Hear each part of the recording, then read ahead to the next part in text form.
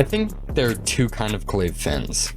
Ones that discovered him through hyperpop, who fell in love with the distorted vocals, the frantic production, and all songs that felt like they were made at 3 in the morning and uploaded like 5 minutes later.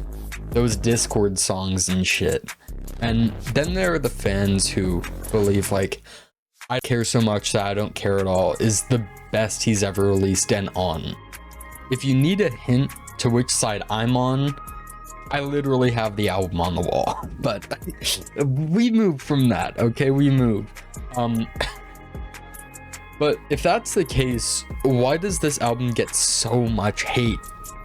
Every time people talk about Glaive now, the conversation usually goes the same way. Like, his old music was better. He fell off. He abandoned hyperpop. You know, he was so much better with Eric DOA in those fuck-ass times where they didn't want to talk to each other. And while I understand where those comments are coming from, I don't think that's actually what happened. Because I don't think people hate the album because it's bad. I think they hate it because it's not the album they wanted him to make. Like, he just got off from making Minnesota Is a Place That I Exist. One of, honestly, his best songs, in my opinion. And somewhere between becoming one of the biggest names in hyperpop and releasing I Don't Care So Much That I Don't Care At All, Glaive changed, you know, and everybody hates that. His songwriting became more personal, his production became cleaner, his influence stretched way beyond hyperpop. You know, it's just undoubtedly his biggest album to this day. And people don't like it. How? He grew as an artist, but for a lot of people, that's exactly the problem. So today I want to answer one question.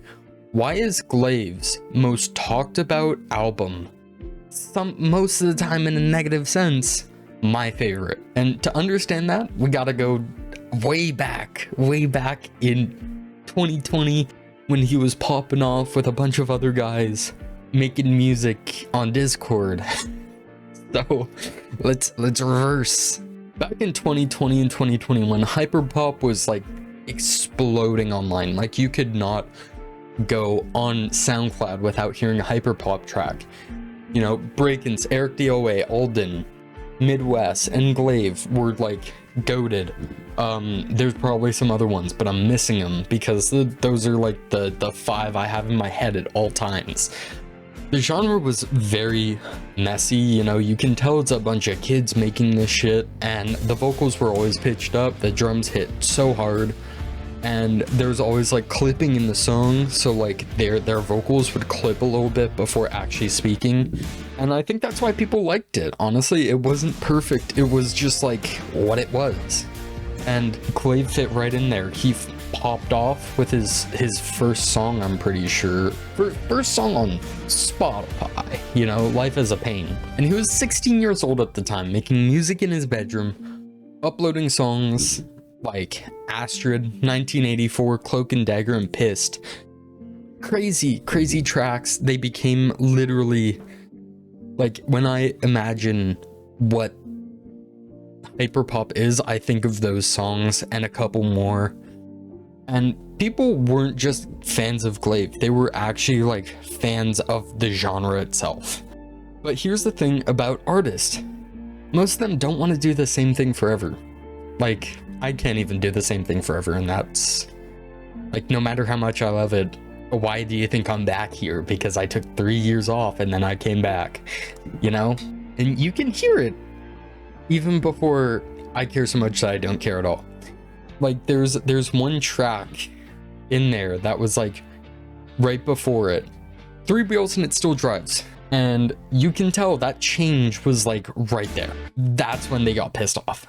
And then he did As If, you know, all the songs promoting I Care So Much That I Don't Care At All, and they got pissed, they got a little mad. And it's like, dude, you can't stay doing the same thing forever. It became a little bit more polished because I think he was working with a label at that point, and it was good. It was good. And here's when the divide happened. When people were like, oh, I miss the old Glaive, you know? they're usually not talking about one specific song. They're talking about that feeling, you know? The like, being a teenager, you're in COVID right now, you find hyperpop through Discord's YouTube video of hyperpop with Glaive Midwest and underscores. I'm definitely not self-projecting here. So every new release, you automatically go like, oh, it better be better than Fuck This Town or Cloak and Daggers or Cypress Grove or something, man. You always think like, this gotta be better than it was, you know? And honestly, that sucks. You can't do that every time, because even though hyperpop was on an uphill in that moment, it went down. It went down pretty quick, because it's not just Glaive who went away from the genre. Eric DOA did. Midwest did. I would say Underscores is the only one still doing quote-unquote hyperpop, and they're more in like electronic music. So now to talk about why I think it's his best piece of work, because it sounds like he actually cares about it. It's not a TikTok viral thing.